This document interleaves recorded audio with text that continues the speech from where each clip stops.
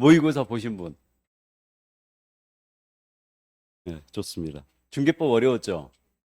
많이 어려웠을 것 같은데 거의 뭐 9월 달 정도 수준이더라고요.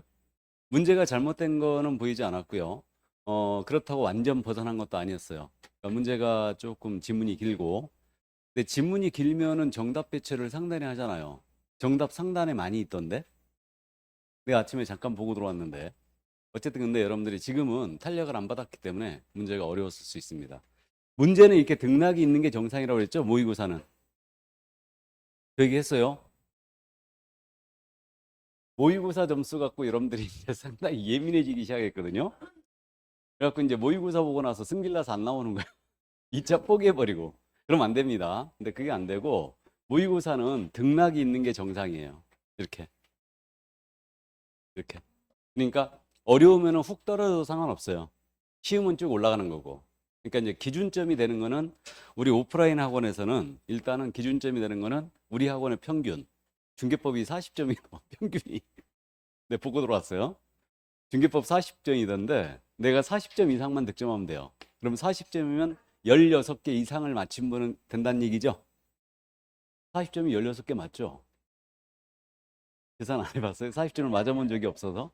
그래서 이제 40점 이상을 득점하시면 됩니다. 그래서 오프라인 학원에서는 50% 이상 모두 합격하기 때문에 모의고사 평균보다 내가 떨어졌다. 그러니까 이번 중개법이 40점이었는데 내가 40점 미만을 맞으면 내가 조금 이제 공부를 더 해야 돼요.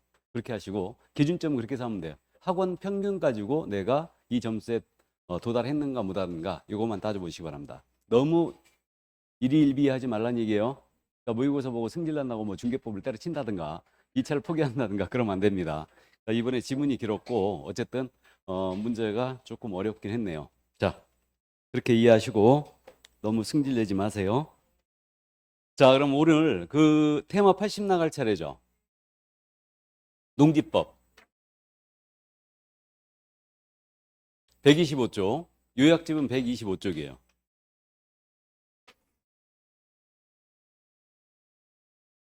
자, 그럼 요약집 125쪽 농지법 나갑니다. 이 농지법에 대해서는요, 지금 시험이 이 부분을 지금 29회를 마지막으로 출제를 안 하고 있거든요. 그러니까 이제 우리 실무가 6개 지금 비중이 안 되기 때문에 농지법을 미처 낼 틈이 없는 거예요.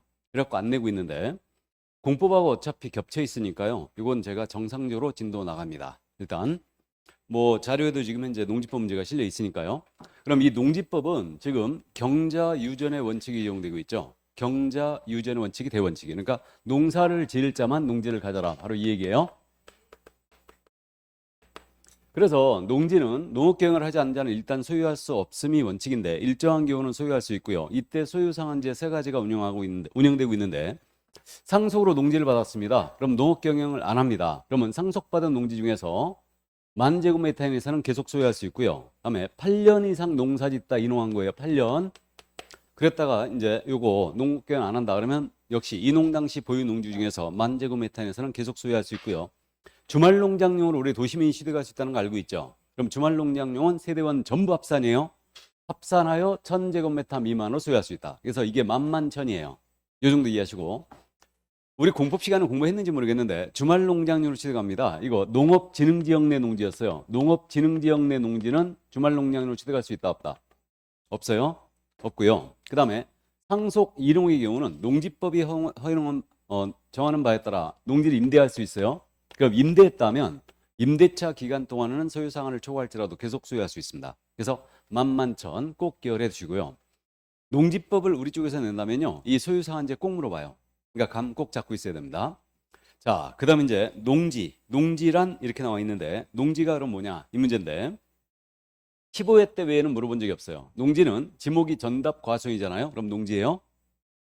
우리 세법 시간에 농지가 더 있었죠. 목장 농지가 더 있었습니다. 근데 우리는 농지법상 농지는 전답 과수를 얘기합니다. 이렇게 되고 다음에 실제 농작물의 경작이라든가 다년생 식물 재배지로 쓰는 거예요. 그러면 이때는 농지로 가는데 단 몇 년 이상 써야 된다? 3년 이상. 3년 이상 써줘야 돼요. 그러면 다년생 식물은 대표적으로 인삼이 있죠?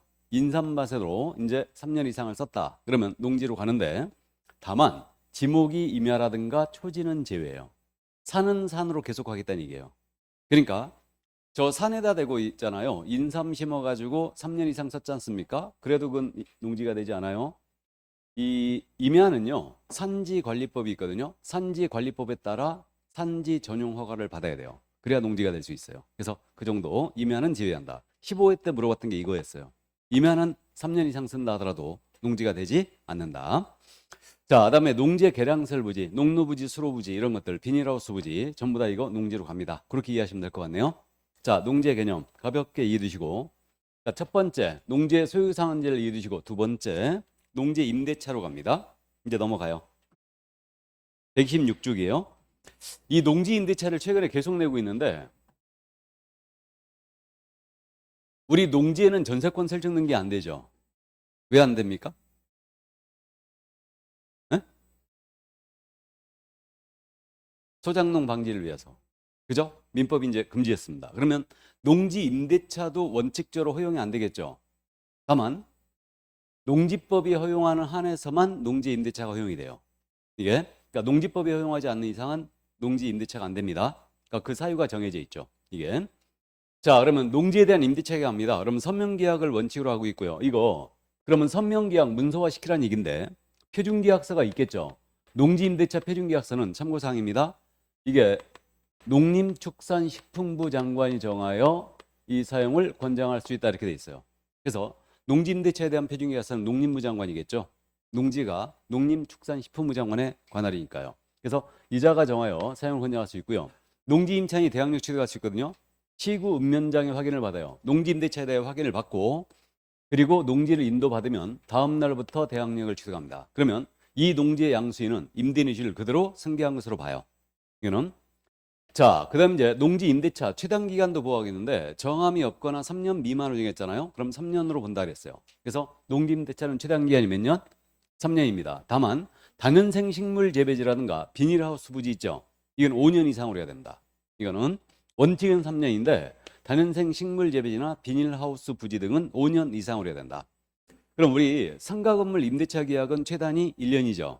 주택 임대차 계약은 2년, 농지는 3년 이렇게 되고, 자, 그다음 이제 이거 묵시갱신이 있는데 임대인만 계약 기간 만료 3개월 전까지 거절 통지 안 했어요. 그럼 묵시갱신이 일어납니다. 이거. 그러면 다시 기간은 3년, 5년으로 가죠. 이렇게. 자, 그다음 이제 농지 임차인이요. 농지를 농업계획에 쓰지 않습니다. 그럼 종료명령 나갈 수 있어요. 그럼 시군구청장이 종료를 명할 수 있는데 종료명령 나갔잖아요. 그럼 3개월 내엔 종료해줘야 돼요. 그리고 임대차에 대한 분쟁이 생기면 역시 시군구청장에게 조정위원회가 있는 게 아니에요. 시군구청장에게 조정을 신청할 수 있습니다. 그리고 이 법에 위반된 약정으로서 임차인에게 불리한 것은 모두 효력이 없어요. 현면적 강행 규정성을 띠고 있다는 거죠. 그래서 이 정도 이해하시고, 자, 그다음에 농지는 임대차 사유가 있을 때만 이제 임대가 가능하다고 그랬는데 임대 위탁 경영 사유거든요. 이 위탁 경영이라는 것은 농어촌 공사에다가 농지를 위탁하는 거예요. 그래갖고 이제 농업 경영을 하게 하는 겁니다. 그러면 임대 위탁 경영 사유. 우리가 그저 공인중개사법에서요. 휴업은 유효를 초과할 수 없죠. 근데 부득이한 사유가 때는 유효를 초과하는 휴업이 되죠. 그때 그 부득이한 사유, 징집, 질병, 취약 기억나세요? 다음에 임신 있었고요. 그 다음에 출산이 있었죠, 우리는. 근데 여기는 분만 후 6개월 미만 이렇게 돼 있어요. 분만 후 6개월 미만 이래 돼 있습니다. 이런 경우는 위탁경이 됩니다. 분만 후 6개월 미만 이렇게 돼 있고요. 자, 그 다음에 이제 특이한 게 우리 농업인이 3개월 이상 국외 여행을 가신대요. 해외여행 간다는 얘기죠. 그럼 위탁경이 됩니다. 그 다음에 농업인이 선거에 따른 공직에 취임하잖아요. 선거에 따른 공직에 취임하면 위탁경영이 됩니다. 국회의원 나갔어요, 농업인이. 그럼 된다는 얘기죠. 그래서 이게 아주 냄새가 무지하게 나지 않습니까? 그렇기 때문에 이거 아주 가끔 잘 물어봅니다. 이해를 해두셔야 돼요. 3개월 이상 해외여행입니다. 분만 후 6개월 미만이고요.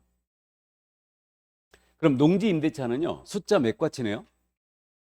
3과치나죠. 3과치납니다. 그래서 임대차 기간 3년이고요. 3개월 전까지 거절승장 묵시개시라고 종료명령 나가면 3개월 내에 종료해줘야 되고 해외여행도 몇 개월? 3개월. 그래갖고 어떤 모의고사 봤더니 이것 때문에 공법교수하고 내가 한번 붙었는데 공법 문제를 나한테 물어본 거예요. 공법에서 냈더라고 이거를.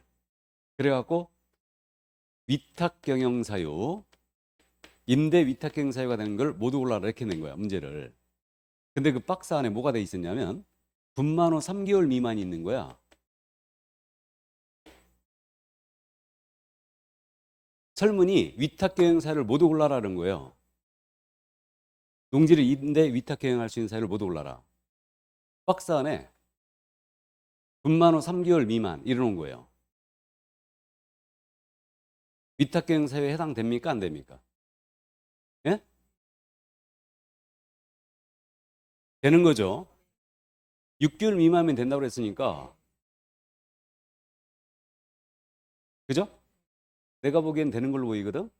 공법고사는 시점을 물어본 건 절대 아니라는데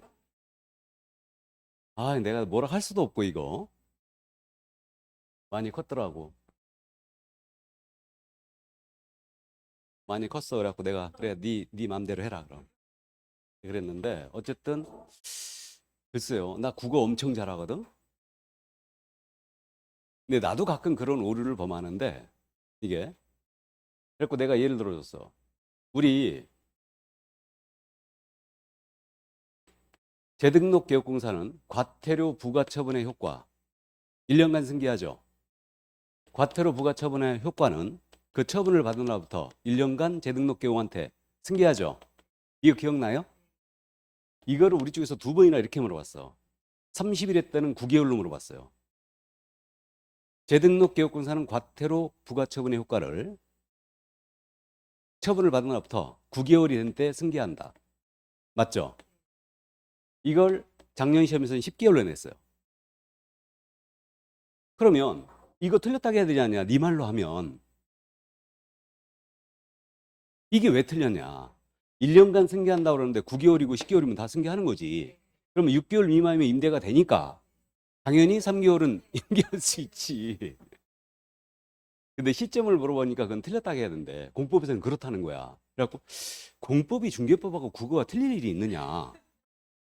내가 보기에는 아닌 것 같은데 어쨌든 본인은 계속 그렇게 아주 그러더라고. 그래갖고 그래 그럼 그렇게 네 맘대로 해라. 그럼 너는 그렇게 강의해라 그냥. 예. 그러고 말았는데 어쨌든 그렇습니다. 좋아요. 자 이제 넘어갑니다.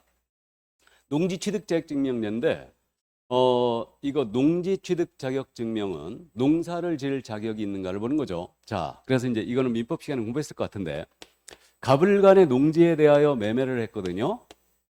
을이 농지증을 못 받아 버렸어요. 그럼 농지에 대한 매매 계약 유효다 무효다? 유효다. 그건 그대로 유효죠. 그러니까 농지 취득 자격증이면 농지에 대한 법률 행위의 효력 발생 요건이 아니죠. 아닙니다. 그러면 계약은 그대로 유효해요. 그래서 이제 그 판례가 지금 실려 있는데 그 농지 취득 자격증명을 발급받지 못하는 이상 그 소유권을 취득하지 못해요. 그래서 이게 그거였습니다. 농지 취득 자격증명이 있어야 되는데 이게 없이 이상하게 소유권 이전 등기가 돼버린 거. 농지에 대한 이전 등기가. 그래도 그 매수인은 농지에 대한 소유권을 취득하지 못한다는 얘기죠. 그러니까 이 등기가 무효란 얘기예요. 그러니까 농취증이 있어야 되는데 없음에도 불구하고 이전 등기가 됐다 하더라도 이 등기는 무효입니다. 그러니까 소유권 취득하지 못한다는 거예요. 그러면 농지를 취득하는 자가 농지에 대한 매매 계약을 체결하는 등으로 농지에 관한 소유권 이전 등기 청구권을 취득했다면 농지 취득 자격 증명 발급 신청권도 보유하게 된다. 이거는 채권자 대위권의 행사 대상이 된다는 겁니다. 이게 이제 판례였어요. 그러니까 이해해 두시고 자, 그럼 이제 요거 농지 취득 자격 증명 발급 대상이냐 아니냐로 넘어갑니다. 우리는 실무 과목이기 때문에 이런 것들을 주의하는데 농지에 대한 소유권 이전 등기하는 자는 농취증 발급받아 제출해 줘야 돼요. 그러면 이제 우리는 6가지를 또 따져보는 거예요. 매매, 교환, 증여, 상속 판결, 경매 6가지. 토지 거래 가지에서 이렇게 연습했는데 매매, 교환, 증여로 농지를 소유권 이전 등기하는 거예요. 그럼 농취증이 있어야 되죠. 있어야 되고 다음에 상속은 규제에 들어갈 일이 없다겠어요. 자, 그다음 판결은 또 짜고 치는 걸 막기 위해서 이거 판결로 농지를 취득한다. 그러면 농취증 발급받아 와야 되죠. 그래야 이전 등기 축탁해주고 경매를 유의해야 되죠. 경매로 농지를 취득합니다. 농지증 있어야 돼, 없어야 돼? 있어야 됩니다. 이거 언제까지 내야 돼요? 매각 결정기일까지. 같이 기억하세요. 매수 신청할 때 농취증 내야 되는 거 아니에요. 매각 결정 기일까지 농지취득자증을 내면 된다. 이게. 그래서 경매이견은 농취증이 있어야 됩니다. 자, 여기까지 기본적으로 이해해 두시고, 그 다음 이제 더 중요한 거. 도시민이 주말농장료로 농지를 취득합니다. 농취증 있어야 돼, 없어야 돼? 있어야 됩니다. 그 다음에 농지 전용 허가 신고가 있고, 농지 전용 협의가 있습니다. 농지 전용 협의하고 농지 전용 허가 신고제에 대해서는 여러분들 공법 시간을 잘 공부하시고, 여기서는 그렇게 합니다. 농지 전용 협의는 농취증이 발급 필요 없죠. 이거는 농지 전용 협의는 짱들이 한다고 기억하세요. 짱들이. 농림축산식품부장이라든가 지방자치단장이 농지를 대규모 개발 사업에 속해서 협의를 해버린 거예요. 그럼 이때는 농취증 필요 없습니다. 근데 농지 전용 허가나 신고가 된 농지예요. 그러니까 내가 어린이 놀이터로 쓰겠다. 이렇게 농지 전용 신고를 한 거야. 그러면 이건 개인이 한다고 이해하세요. 그러니까 이건 농지취득자증이 있어야 돼요. 농지 전용 허가나 신고가 돼 있다 하더라도 이 농지를 취득한다. 그러면 마찬가지로 이건 농지취득자증명 갖고 와야 된다. 꼭 기억하세요. 아주 잘 물어보고 있고, 그 다음에 이건 잘 알고 있어요. 우리가 농지에 대해서 토지거래가증 받았어요. 여러분 토지거래가증을 받으면 농지취득자증명 받은 것을 의제하고 있죠. 농취증 의제. 그래서 이 노란색으로 써 있는 건 꼭 기억을 해 두시고요. 나머지 이제 참고사항이거든요. 참고사항인데 뭐 도시지역 내 농지는 원칙적으로 대상 아니에요. 그럼 도시지역은 주상공록이 있죠. 그러면 주상공에 있는 농지는 절대 농취증 대상 아닙니다. 주상공에 있는 농지는 다른 용도로 쓰겠다는 거거든. 농지로 안 쓰겠다는 얘기거든요. 근데 녹지지역만 예외가 있는데 녹지지역 내에 있는 농지로서 도시계획시설 사업에 안 쓴다. 공원이라든가 또는 도로로 안 쓰겠다 이거야. 그러면 농지로 계속 쓰겠다는 얘기죠. 그럼 농취증이 있어야 돼요. 근데 도시계획시설 사업에 쓸 농지였다. 그러면 이때는 녹지지역 내 농지로서 이거는 농취증 대상이 아니에요. 그러니까 원칙 도시지역 내 농지는 대상이 아니다. 농취증 대상 아니고 국이나 지자체가 농지를 취득하잖아요. 당연히 농취증 필요 없지. 근데 이들로부터의 취득은 있어야 돼요. 당연히 있어야 되고. 그 다음에 농지를 환매 취득한다든가 담보로 취득한다든가 공유농지 분할 취득 시효완성 취득했다. 그러면 공유화된 농지를 분할했거나 시효완성하면 이전 늦게 해야 되죠. 다. 이거는 농사를 짓고 있었어 이미. 그러니까 농취증 필요 없는 거예요. 그렇게 이해하시고, 뭐 합병은 상속과 똑같다 보시라고 그랬죠. 그래서 상속은 이제 합병, 상속과 똑같으니까 농취증 필요 없다. 그리고 전에는 이게 두음자 따갖고 암기시켰거든요. 근데 요즘에 이해를 하라고 그러는데 이게 상수도국이에요. 상수도국에서 한담이 있었대요. 공시하시래요. 한담공시, 합전토예요. 이렇게. 그래서 이렇게 암기했었는데 내가 암기에 일가견이 있다. 이렇게 암기하세요. 상수도국, 한담공시, 합전토. 이렇게. 나머지 개별적으로 그냥 기억하시면 되겠습니다. 농지 전용 협의에 의한 취득. 농취증 있어야 돼, 없어야 돼요?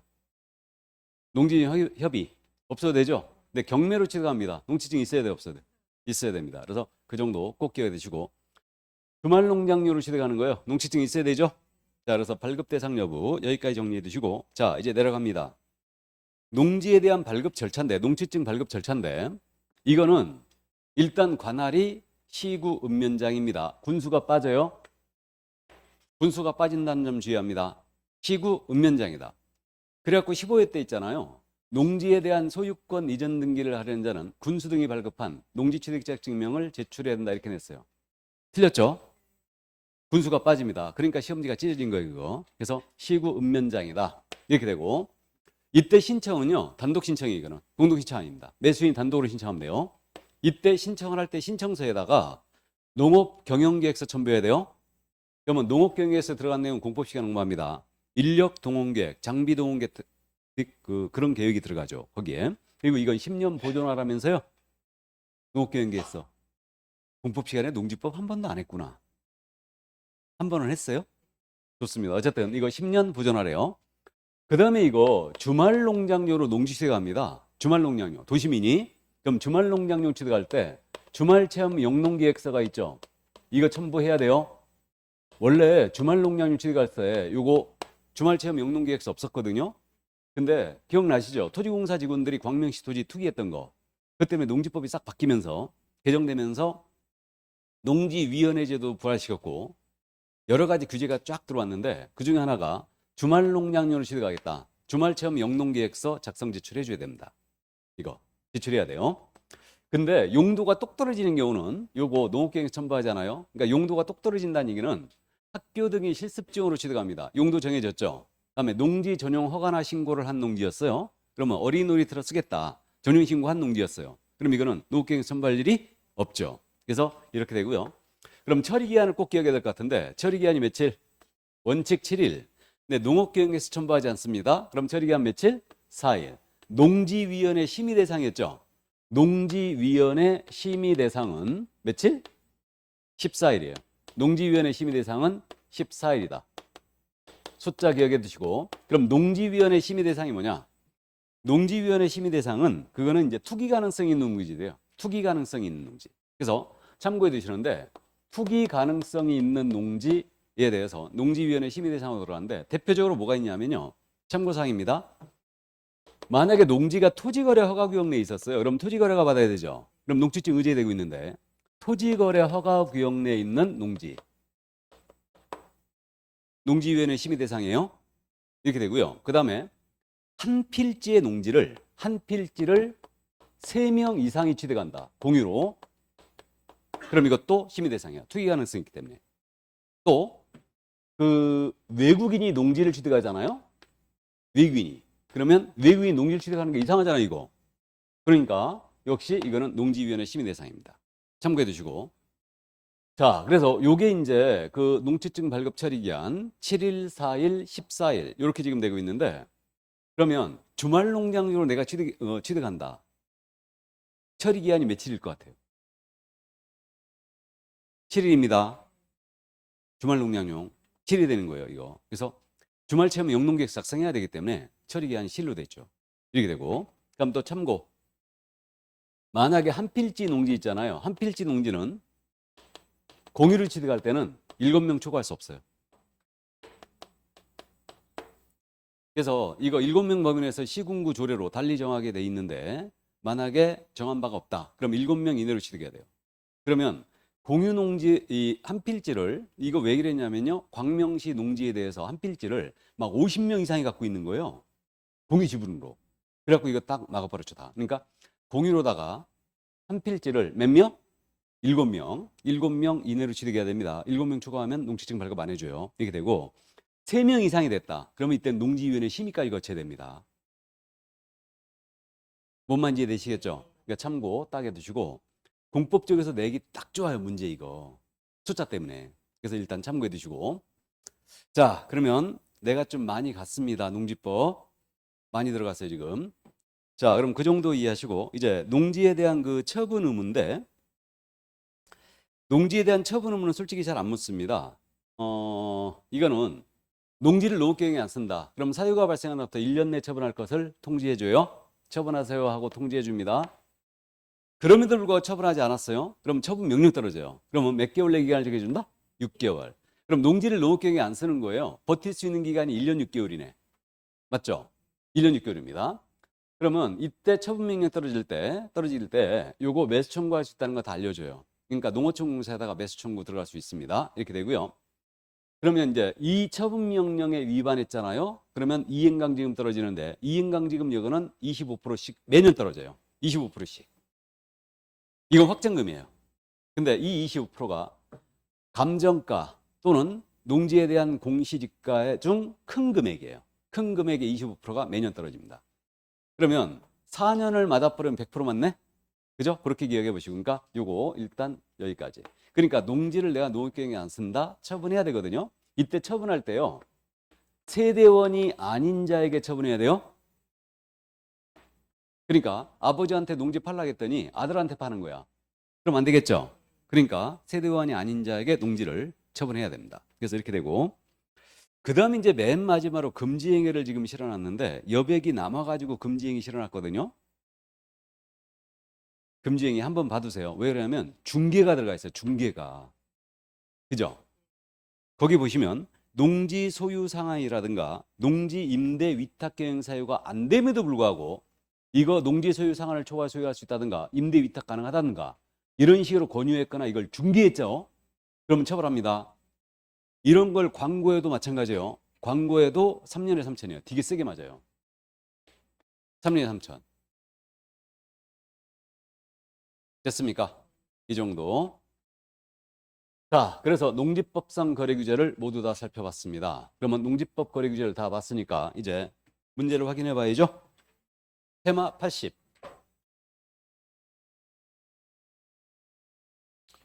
자, 대표 문제 보겠습니다. 개업공사가 농지법에 대하여 의뢰인에게 설명한 내용으로 틀린 것을 그랬어요. 29회 때 이게 마지막 출제였어요. 이 문제가. 1번입니다. 경매로 농지를 매수하려면 매수 신청 시에 농지 취득자격 증명서를 제출한다. 매수 신청 시 밑줄긋고 X는 앞으로 해야 되죠. 언제까지? 매가 결정기일까지 제출하면 돼요. 매가 결정기일까지. 아주 잘 내는 질문입니다. 꼭 기억해 두시고. 2번입니다. 개인이 소유하는 임대농지의 양수인은 농지법에 따른 임대인의 지위를 승계한 것으로 본다. 맞죠? 다음에 3번 질문. 농지 전용 협의를 마친 농지를 취득하는 사람은, 자, 농지 전용 협의라고 그랬죠. 이거는 농지 취득자격 증명을 발급할 필요가 없어요. 이건 짱이기 때문에, 짱들이 한 거니까 아주 잘 내고 있고. 4번 농지를 취득하려는 사람이 농지에 대한 매매 계약을 체결하는 등으로 농지에 관한 소유권 이전 등기 청구권을 취득하였다면 농지 취득자격 증명 발급 신청권을 보유하게 된다. 이거 판례 태도죠? 맞습니다. 그러니까 이거는 채권자 대위권의 행사 대상이 된다고 그랬고. 5번입니다. 주말 체험 영농을 목적으로 농지를 소유하면 세대원 전부가 소유하는 총 면적 1000제곱미터 미만이어야 된다. 맞죠? 그래서 정답은 1번이었습니다. 자, 그럼 유사 문제 갑니다. 27회 때 기출로 되어 있는데 틀린 것은 그랬어요. 1번이에요. 주말 체험 영농을 위하여 농지를 소유하는 경우 한 세대의 부부가 각각 1000제곱미터 미만으로 소유할 수 있다. OX. X. 바로 정답이에요. 합산이죠. 자, 2번입니다. 농업 경영을 하려는 자에게 농지를 임대하는 임대차익은 서명계약 원칙이죠. 3번입니다. 농업법인이 합병으로 농지를 취득한다. 합병은 상속과 똑같다 보시면 된다고 그랬어요. 그럼 이때는 농취득자격 증명을 발급받지 않고 농지를 취득할 수 있죠? 맞고. 4번 징집으로 인해 농지를 임대하면서 임대차익을 정하지 않았다. 그러면 3년으로 약정된 것으로 본다. 알아보시겠어요? 그래서 농지에 대한 임대차 계약 기간을 정하지 않았다든가 3년 미만으로 정하되면 3년으로 봅니다. 예, 그래서 맞고요. 5번입니다. 농지 전용 허가를 받아 농지를 소유하는 자가 취득한 날로부터 2년 내 그 목적 사업에 착수하지 않으면 해당 농지를 처분할 의무가 있다. 이건 농지법의 규정이거든요. 맞았어요. 그러니까 그 농지 전용 허가를 받았어요. 어린이 놀이터로 쓰겠다. 또는 뭐 이렇게 이 허가를 받았는데 사업 착수해야 되겠죠. 사업 착수를 2년 내에 해야 됩니다. 안 하면 처분해야 된대요. 자, 그럼 2번 갑니다. 틀린 것은 그랬는데 1번입니다. 선거에 따른 공직 취임으로 인하여 일시적으로 농업경영을 종사하지 아니하게 된 사람이 소유하는 농지는 임대할 수 있다. 선거에 따른 공직 취임, 임대할 수 있다고 그랬죠? 맞고요. 2번입니다. 농업경영을 하는 사람에게 농지를 임대하는 임대차 계약은 서명계약 원칙이죠. 또 냈고 3번입니다. 농지 이용 증진 시험 사업 시행계획에 따라 농지를 임대하는 경우 임대차 계약은 5년 이상으로 해야 된다. 3년 이상으로 해야 하면 되죠? 이게 원칙. 이게 원칙. 다만 단연생 식물 재배지라든가 비닐하우스 부지 등 5년 이상이죠. 자, 그래서 3번 정답 됐고 4번입니다. 농지 임대차 계약 당사자랑 임차에 관한 협의가 이루어지지 아니한 경우 농지 소재지에 관한 시군 구청장에게 조정을 신청할 수 있다. 이거 농지 임대차에 대한 분쟁이 생기면 시군 구청장한테 조정 신청할 수 있다고 그랬죠? 맞습니다. 5번 임대농지의 양수인은 농지법에 따라 임대인의 지위를 승계한 것으로 본다. 맞습니까? 예, 그래서 정답 3번이었고요. 3번 문제 더 가죠. 틀린 것은 그랬는데 1번입니다. 주말체험 영농의 목적으로 농지를 소유하는 경우 세대원 전부가 소유하는 총면적이 1000제곱미터 미만이다. 맞죠? 2번 질문. 주말체험 영농 목적인 경우에도 농지 취득 자격 증명을 발급받아야 한다. 맞죠? 있어야 돼요. 이때 주말체험 영농계획서 들어와야 됩니다. 다음 3번이에요. 농지 임대가 예외적으로 허용되어 농업경영을 하려는 자에게 임대하는 경우 그 임대차 계약은 서명계약을 원칙으로 하죠. 4번입니다. 임대농지를 양수한 사람은 농지법에 따라 임대인의 지위를 승계한 것으로 보고 5번 질문입니다. 5년간 농업경영하다가 이농한 경우 총 10,000제곱미터까지만 소유할 수 있다. 8년이죠. 8년 이상 농업경영하다가 이농해야 돼요. 8년입니다. 그래서 5번 틀렸어요. 자, 그러면 4번 문제 갑니다. 개업공사가 중개 의뢰인에게 설명한 내용으로 틀린 것은 그랬어요. 1번입니다. 농지는 자기의 농업경영에 이용하거나 이용할 사람이 아니면 소유하지 못하면 원칙이다. 이게 경자 유전의 원칙. 이게 경자 유전의 원칙이에요. 2번 질문이에요. 공유농지 분할을 원인으로 농지를 취득하는 공유농지 분할에 지금 농지 취득자금을 유효하지 않는다. 알아보시겠어요? 시효 취득, 공유농지 분할 취득. 이건 농취증 필요 없다고 그랬죠? 왜요? 농사를 짓고 있었으니까. 그렇죠? 그게 필요 없습니다. 그러면 3번입니다. 농지 소유자는 6개월 이상 국외여행 중인 경우에 하나여 소유 농지를 위탁경영할 수 있다. 몇 개월? 3개월 이상이죠. 분만이 6개월 미만. 그래서 국외여행은 3개월입니다. 그래서 3번님은 정답이고 4번입니다. 외국인이 경매로 대한민국 안에 토지를 취득한 때는 경매요 지금. 외국인이에요. 경매. 6개월 내에 신고해야 된다. 알아보시겠어요?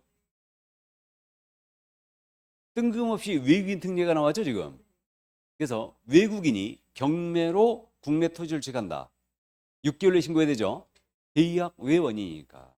취득한 날로부터 6개월 내. 이거 안 하면 100만 원 이하가 들어오죠. 외국인은.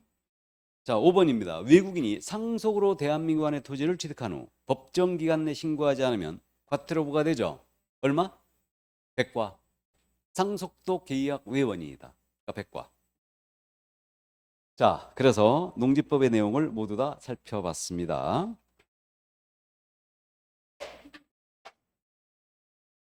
그럼 이제 확인 설명서가 등장을 하고 있는데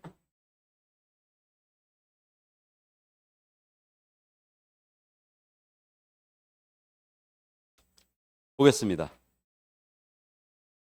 129쪽 확인 설명서. 자, 이 확인 설명서는 지금 그 홀수회로 가고 있거든요.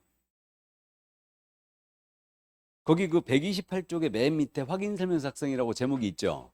이 제목이 지금 이쪽으로 넘어왔는데 그게 지금 29회 때까지는 계속 냈죠. 원래 28회 때까지인가 27회 때까지는 계속 두 문제씩 냈어요. 그랬다가 29회 시험 위에 홀수회로 지금 가고 있는데 확인 설명서는 원래 홀수회 관련 문제가 아니에요. 이거 우리가 실무감 바로 해야 되기 때문에 실무감 바로 해야 되기 때문에 이거는 반드시 출제해야 됩니다. 근데 이걸 갖다 지금 현재 홀수회에 놓고 있는데 그럼 여러분들은 짝수회네? 맞잖아요 지금. 짝수회잖아요. 그럼 이번에 안 내는 게 좋겠습니까? 내는 게 좋겠습니까? 내는 게 좋겠죠. 맞힐 수 있으니까 내는 게 좋아요.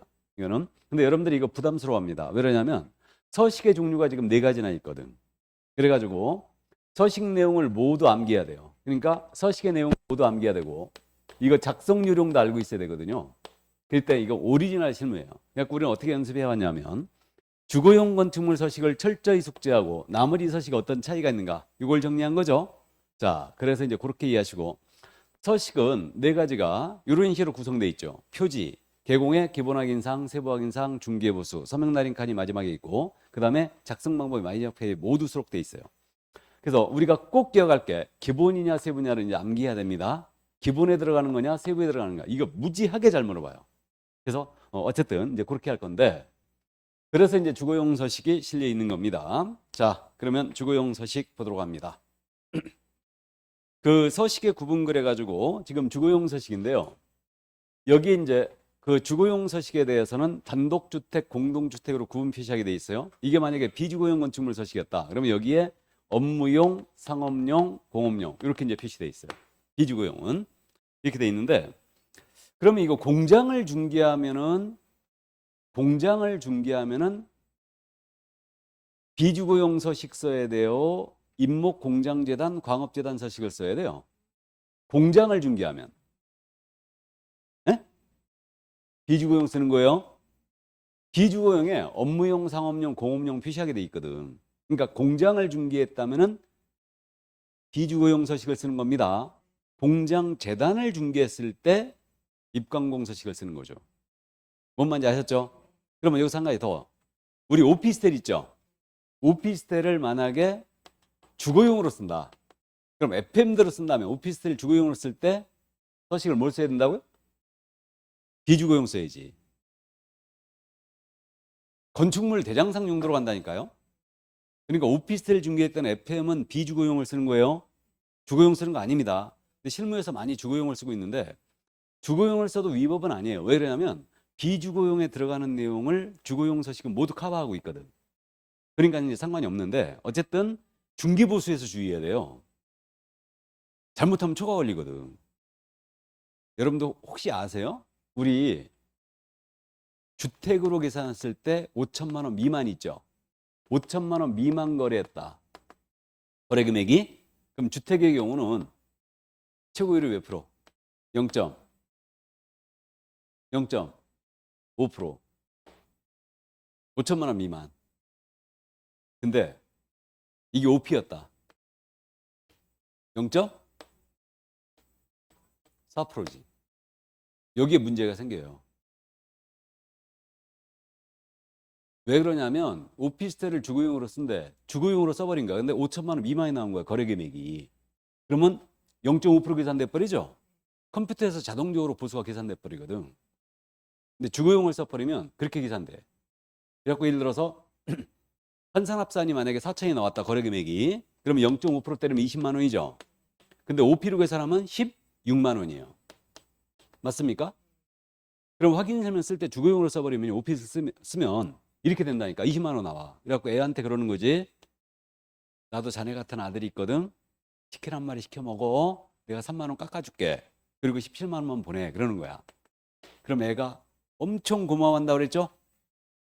계좌 주세요. 바로 쏠게요. 그래갖고 17만 원 딱 보냈어. 일주일 뒤에 등록관청에서 연락 왔죠. 이거 실화예요 지금. 실화입니다. 1만 원 더 받은 거지. 뭔 말인지 아셔요? 애한테 절대 장난치지 마세요. 그 추접스럽게. 그러니까 보수를 정확히 계산하는. 그러니까 오피스텔 쓰면 비주거용 쓰는 게 FM이에요. 이게 FM입니다. 참고하시고. 자, 그다음에 유의사항 내려갑니다. 자, 그다음 이제 개공의 기본 확인 사항이 나오는데 요거 좀 쉬었다 할까요, 그냥?